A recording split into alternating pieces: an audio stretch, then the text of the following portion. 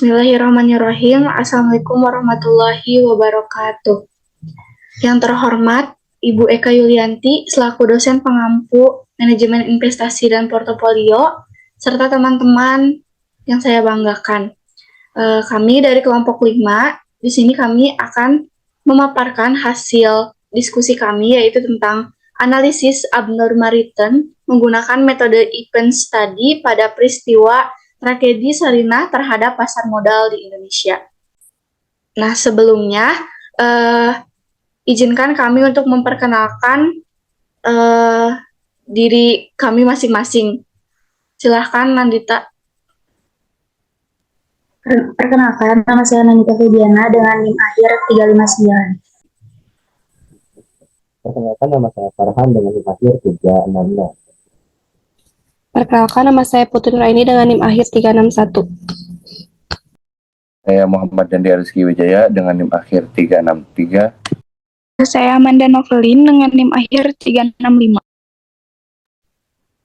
Dan saya Wulan Fitriani dengan NIM akhir 366. Baik, langsung saja ke pemaparan materi yang akan disampaikan oleh Nandita. Kepadanya saya persilahkan. Baik, di sini ada latar belakang dari tragedi Sarinah yang itu pada awal tahun 2016, tepatnya hari Kamis tanggal 14 Januari 2016, pukul 10.40 waktu Indonesia Barat, di Jakarta kembali diguncang oleh peristiwa teror bom dengan lokasi yang dituju adalah Plaza Sarinah. Insiden pengeboman diawali dengan serangan di Starbucks yang satu lokasi dengan gedung bioskop Sarinah. Peristiwa peledakan di Jakarta Pusat ini juga disebut juga sebagai bom bunuh diri karena pelaku melakukan aksi bom bunuh diri dengan peledakan diri. Berdasarkan pada peristiwa tersebut, maka penelitian ini akan mengangkat event study peristiwa bom Sarinah di Jakarta 14 Januari 2016, yaitu untuk melihat perubahan tingkat average abnormal return sebelum, saat, dan sesudah peristiwa tersebut, sehingga akan terlihat reaksi pasar modal dan tingkat sensitivitas informasi ini untuk investor. Sekian dari saya, dikembalikan pada moderator. Baik, terima kasih kepada Nandita. Selanjutnya, ada identifikasi masalah yang akan dipaparkan oleh Amanda. Baik, selanjutnya, berdasarkan uraian di atas, maka identifikasi masalah yang dapat dirumuskan dalam penelitian ini adalah yang pertama, apakah terjadi abnormal return pada hari terjadinya peristiwa Sarinah di Indonesia? Yang kedua, apakah terjadi reaksi pasar yang signifikan pada hari di sekitar terjadinya peristiwa Sarinah di Indonesia? Dan yang terakhir, apakah terdapat perbedaan abnormal return saham 5 hari sebelum dan 5 hari setelah peristiwa Sarinah di Indonesia? Selanjutnya saya kembalikan kepada moderator. Baik, terima kasih Amanda. Selanjutnya ada maksud dan tujuan yang akan disampaikan oleh Farhan. Terima kasih kepada moderator yang telah mengizinkan saya untuk menjelaskan materi bagiannya. Bisa di next slide. Untuk bagian saya itu mengenai maksud dan tujuan. Yang pertama, untuk mengetahui abnormal return pada hari di sekitar terjadinya peristiwa Sarinah di Indonesia. Lalu yang kedua, untuk mengetahui reaksi pasar yang signifikan pada hari di terjadinya peristiwa Sarinah di Indonesia. Lalu yang ketiga, untuk mengetahui perbedaan abnormal return saham 5 hari sebelum dan 5 hari setelah peristiwa Sarinah di Indonesia. Saya kembalikan ke moderator. Baik, terima kasih. Selanjutnya akan dijelaskan oleh Dandi. Baik, izin menjelaskan mengenai landasan teori. Event study menurut Tandelian 2010-566, event study atau studi peristiwa merupakan bagian dalam konsep hipotesis pasar efisien market hipotesis yang dikemukakan oleh Fama.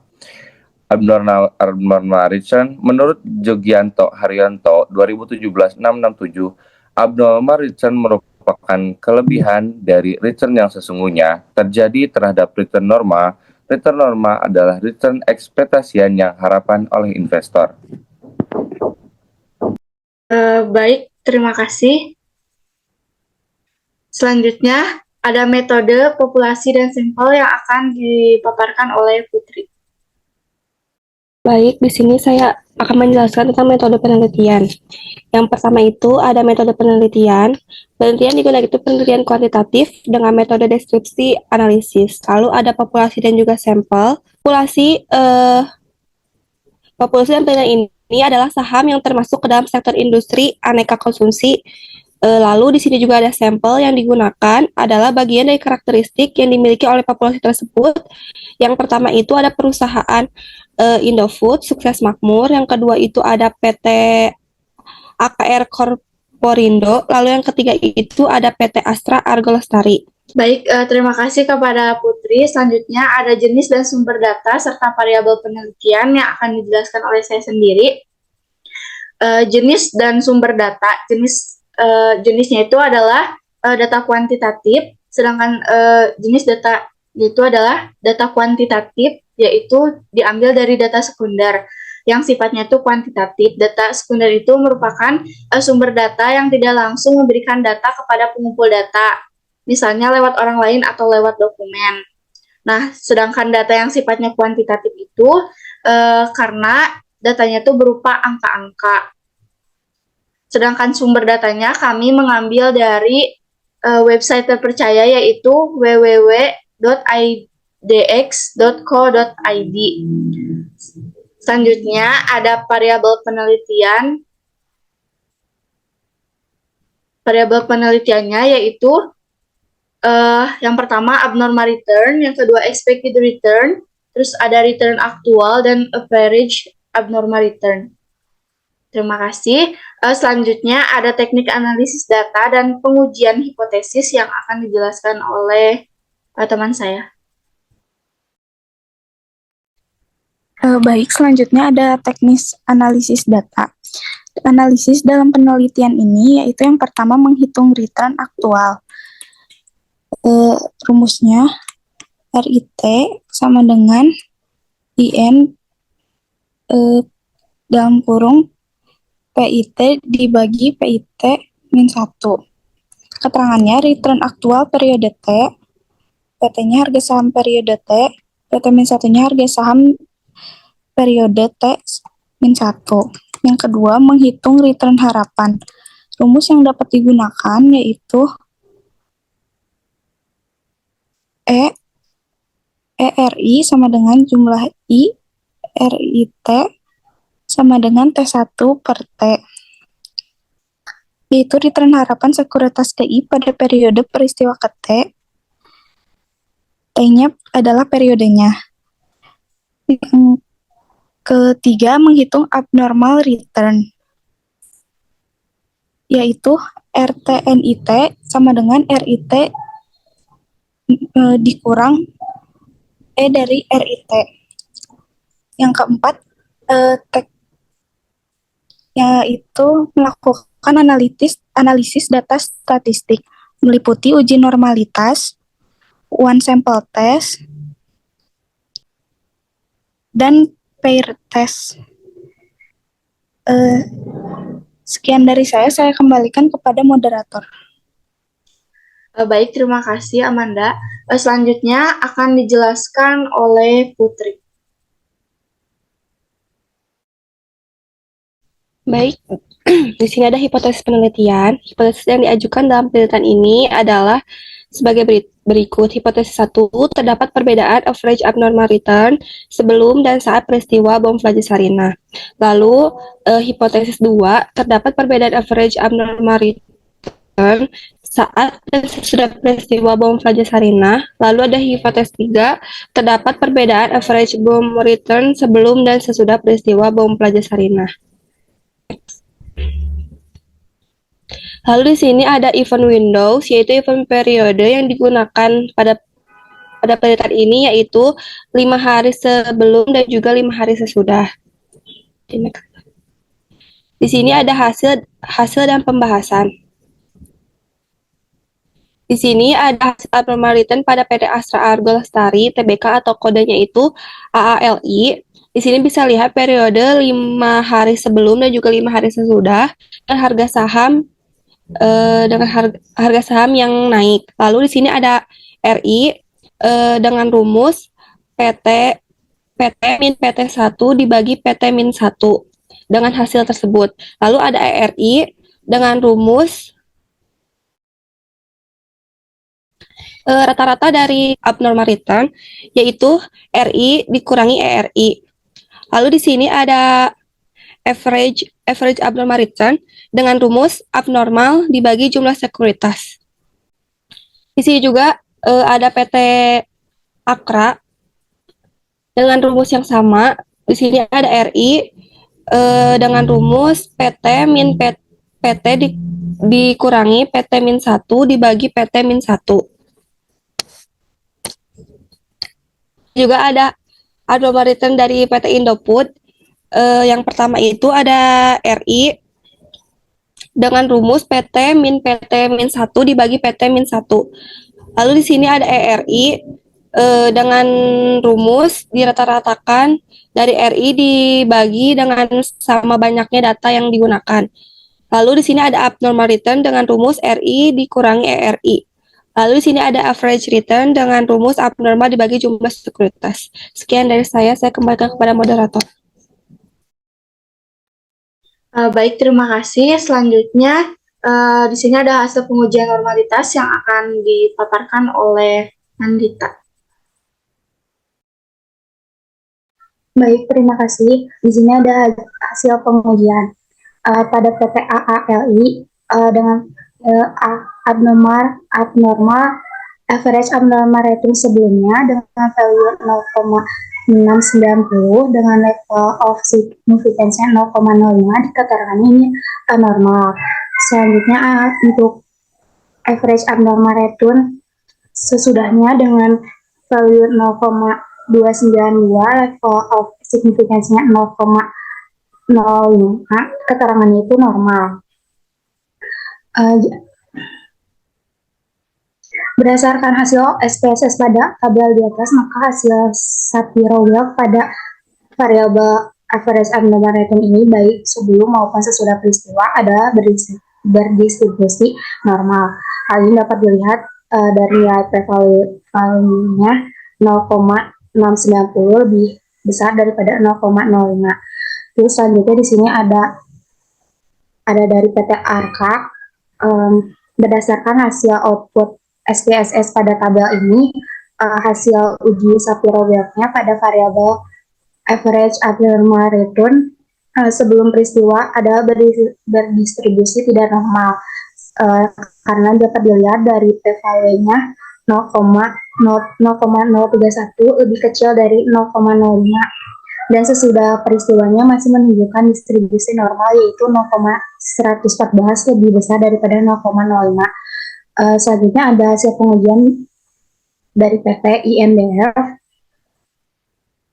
Berdasarkan output SPSS pada tabel ini, hasil uji Shapiro-Wilk pada variabel average abnormal return baik sebelum maupun sesudah peristiwa ini berdistribusi normal. Hal ini dapat dilihat dari nilai p-value average abnormal return sebelum 0,2 sebelum 0,237 itu lebih besar daripada 0,05. Sekian dari saya, dikembalikan kepada moderator. Baik, terima kasih. Selanjutnya ada hasil uji one sample t-test yang akan dijelaskan oleh saya sendiri. Next.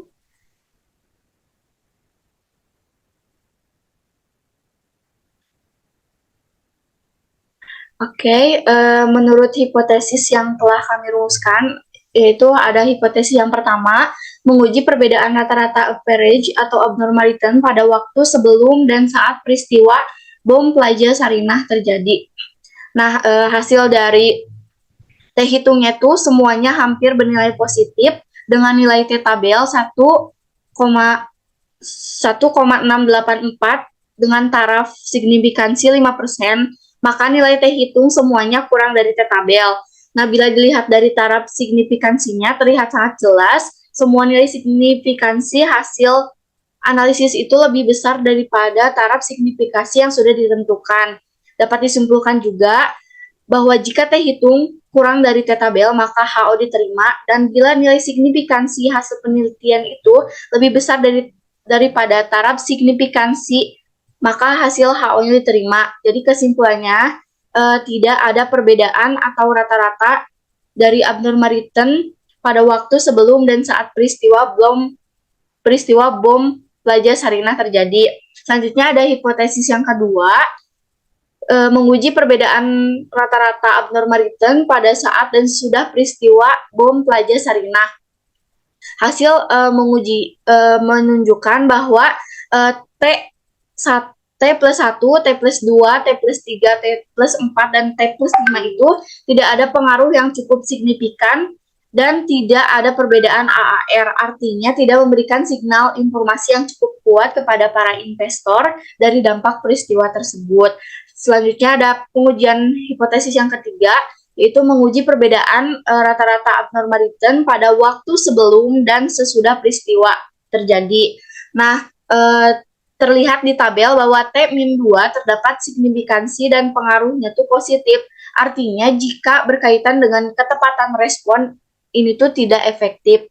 Nah, reaksi yang terjadi akibat adanya peristiwa bom Sarinah ini membuktikan bahwa adanya kandungan informasi yang tidak terlalu berpengaruh terhadap para pelaku pasar, khususnya itu investor. Secara umum sebenarnya peristiwa ini tuh berdampak sistemik terhadap berbagai sektor di negara Indonesia, tetapi lebih spesifiknya tuh dampak dalam kajian ekonomi akan lebih memiliki pengaruh yang cukup signifikan walaupun reaksinya tidak secara langsung.